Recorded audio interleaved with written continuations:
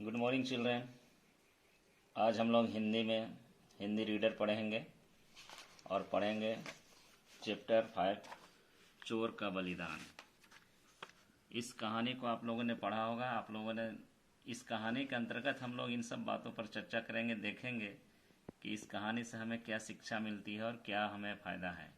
इस कहानी को पढ़ने से बच्चों में, आप लोगों में आत्मविश्वास पैदा करना, अपने पैरों पे खड़ा होना, जीवन में जिम्मेदारी को समझना और आत्मविश्वास, धैर्य तथा परिश्रम की भावना का विकास करता है। इस कहानी से साथ ही साथ त्याग तथा परोपकार की भावना पैदा करता है। अपने जीवन में कुछ अच्छा करके अपने जीवन के महत्व को सार्थक सिद्ध करना, बुरे कार्यों को छोड़कर भलाई तथा परोपकार के कार्य करना, ताकि जीवन में किए गए बुरे कार्यों का संतुलन बना रहे। इस कहानी में हमने देखा कि एक चोर किस तरह से अपना अंतिम समय में अपना जीवन का बलिदान करके बाकी लोगों को ज़िंदगी बचाता है। कहानी आप लोगों ने पढ़ी है। कहानी इस प्रकार की है कि एक शक्तिशाली राजा रहता है, शासन करता है, बड़ा ही अच्छा राजा रहता है, सम्राट मतलब प्रसिद्ध राजा रहता है। परंतु दिक्कत की बात यह था कि उसका पुत्र उसके राजकाज और राजनीतिक क्रियाकलापों में रुचि नहीं लेता था, उसके कार्यों में रुचि नहीं लेता था, बेकार था, जो बस यूं ही वो खेलते रहता था। और उसके दो दोस्त थे, एक संपन्न जमींदार का पुत्र था और एक धनी व्यापारी का पुत्र था। ये लोग जिंदगी से बेखबर, काम धंधा कुछ करना नहीं, दिन भर यूं ही अपना सारा समय व्यतीत करते थे। फिर एक दिन राजा ने राजकुमार को बुलाकर समझाया, बड़े ही सीरियस से, मतलब गहराई से उसे समझाया और अपनी जिम्मेवारी को बोला, समझाया कि समझ लो, क्योंकि भावी राजकुमार तो तुम ही हो, तुम्हें शासन करना है, भावी राजा तुम ही हो। और इस तरह से राजकुमार को उसकी बात समझ में आ जाती है और वो राजा की बात उसकी समझ में आती है। अगले दिन राजकुमार अपने दोस्तों से मिला और ये कहता है कि अब मैं यहाँ ये राज छोड़कर वापस जा रहा हूँ, और क्योंकि मुझे धन कमाना है और ये सिद्ध करके दिखाना है कि मैं भी एक जिम्मेदार पुत्र हूँ। यहाँ चित्र में आप देख रहे हैं राजा का पुत्र राजकुमार है और उसके दोनों दोस्त हैं। आइए, तो उसकी बात सुनकर उसके दोस्त भी यही बोल उठे कि हम लोग भी तुम्हारे साथ जाना चाहते हैं और हम लोग भी कुछ करके दिखाना चाहते हैं, कुछ अपने पिता की नज़र में अपना सिद्ध करना चाहते हैं कि हम लोग भी जिम्मेदार पुत्र हैं। और इस तरह से तीनों साथ साथ चल देते हैं और वो घर से निकल पड़ते हैं और एक पर्वत पर जा पहुंचते हैं। और वहां पर दिन भर काफ़ी खोजबीन करने के बाद वो लोग कुछ रत्न, वो पर्वत रत्नों वाला पर्वत था, वहाँ पर्वत आप देख रहे हैं कि किस तरह से ये दिन भर मेहनत करके वहाँ पर रत्न इकट्ठा करते हैं और फिर शाम को वापस आने का प्लान बनाते हैं, योजना बनाते हैं। लेकिन ये लोग यही कहते हैं कि रास्ते में चोर डाकू भी तो हमें लूट सकते हैं, इसलिए हम लोग ऐसा करें कि इन रत्नों को फलों के साथ निगल जाएं और अपने पेट में खा लें, ताकि हमें कोई लूट नहीं सकेगा। और इनकी बातें आप यहाँ देख रहे हैं कि एक चोर है जो छिपकर सुन रहा था और इसने निश्चय किया कि इन लोगों के साथ चलकर रास्ते में और इन लोगों को मारकर इनके पेट से रत्न निकाल लेगा, और वो भी उनके साथ चल देता है। और इस तरह से आके कहता है कि भाइयों, मैं एक यात्री हूँ, मुझे इस घने जंगल में अकेले यात्रा करने में डर लग रहा है, तो क्या मैं शहर तक आपके साथ चल सकता हूँ? और ये तीनों समझ नहीं पाते हैं और उसकी बातों से सहमत होकर तीनों मित्र और ये उसको आज्ञा देते हैं और साथ में लेकर चल देते हैं और वो शहर के रास्ते की ओर चल देते हैं। और ठीक जैसा कि प्लानिंग था, रास्ते में डाकुओं से वो अचानक डाकू लोग उनको घेर लेते हैं और बांधकर अपने सरदार के पास ले जाते हैं। और वो तीनों युवकों के साथ वो चोर भी साथ साथ चला जाता है। और जब उनका सरदार उन्हें ये कहता है कि क्या तुम लोग पर्वत से आ रहे हो, तो ये लोग कहते हैं कि नहीं। हाँ। तो क्या तुम लोगों के पास रत्न है? तो ये कहते हैं कि नहीं।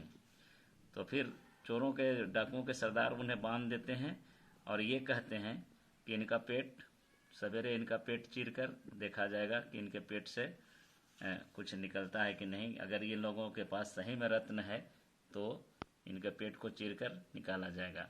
अब यहाँ पर वो जो चोर है वो उसकी समझ में एक चीज़ आती है कि वो चोर ये समझता है कि अगर सवेरे किसी का भी पेट चीरा गया, अगर ये तीनों का पेट चीरा गया और इनके पास से रत्न निकला तो साथ ही साथ मेरा पेट भी तो चीर दिया जाएगा, क्योंकि ये तो जान नहीं रहे हैं डाकू कि ये तो जान रहे हैं कि मैं भी इन्हीं के साथ हूँ और मेरे पेट से भी निकलेगा, और इस तरह से ऐसे न वैसे मैं तो मर ही जाऊंगा, इसलिए क्यों न मैं मर के अभी अंत में इस चोर के दिमाग में एक बात आता है कि क्यों न मर के मैं इन तीनों को बचा लूँ, क्योंकि अगर सबसे पहले मेरा पेट चीरा जाता है और रत्न नहीं निकलता है तो हो सकता है क्योंकि ये तीनों को छोड़ दिया जाए। और ऐसा ही स्थिति होती है और वो डाकुओं के सरदार से आके विनती करता है चोर कि पहले मेरा पेट चीरा जाए, और उसकी बात मान ली जाती है। और इस तरह से पहले उसका पेट चीरा जाता है तो देखता है कि उसके पेट से भला उसके पास तो रत्न था ही नहीं, रत्न तो वो तीनों के पास था। और इस तरह से डाकू को समझ में आती है कि इन लोगों के पास रत्न नहीं है और बाकी तीनों को छोड़ देता है। और इस तरह से यहाँ आपने देखा कि किस तरह से अंत में चोर की आंखें खुल जाती है। वो चोर यही समझता है कि मैंने ज़िंदगी भर बुरे कार्य किए हैं, लोगों को लूटा है, लोगों को सताया है, और अंतिम क्षणों में वह अपने जीवन का बलिदान देकर उन तीन युवकों को बचा लेता है और अपने जीवन को एक तरह से उसे जीवन की यथार्थ समझ में आती है और उसका जीवन में इस मनुष्य का जन्म लेने का फल वो प्राप्त करता है और ये पुण्य कार्य करके अपने जीवन को सफल बनाता है।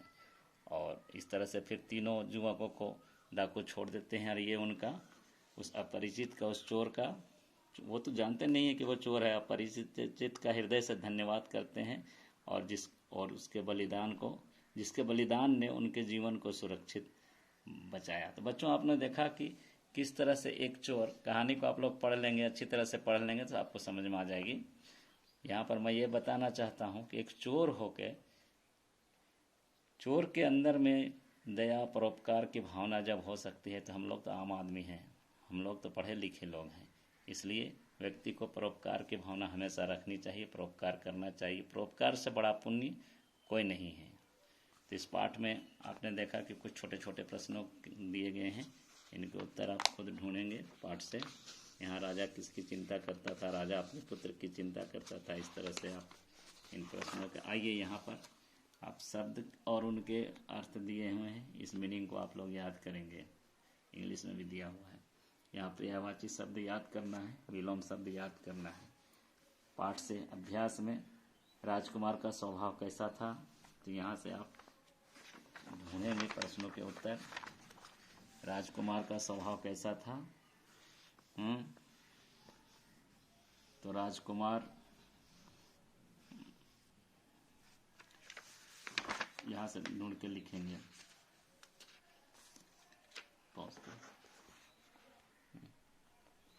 इन सब प्रश्नों के उत्तर आप लोग पुस्तक में लिखेंगे और जो प्रश्न नहीं बनेगा उसको छोड़ देंगे, उसको फिर बाद में स्कूल खुलने पर बताया जाएगा। यहाँ पर पुल्लिंग स्त्रीलिंग लिखना है, विलोम शब्द लिखना है, यहाँ पर्यायवाची शब्द लिखना है।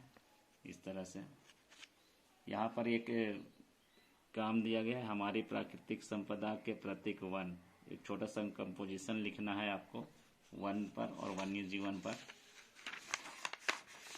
ठीक है, फिर मिलते हैं नेक्स्ट क्लास में। धन्यवाद।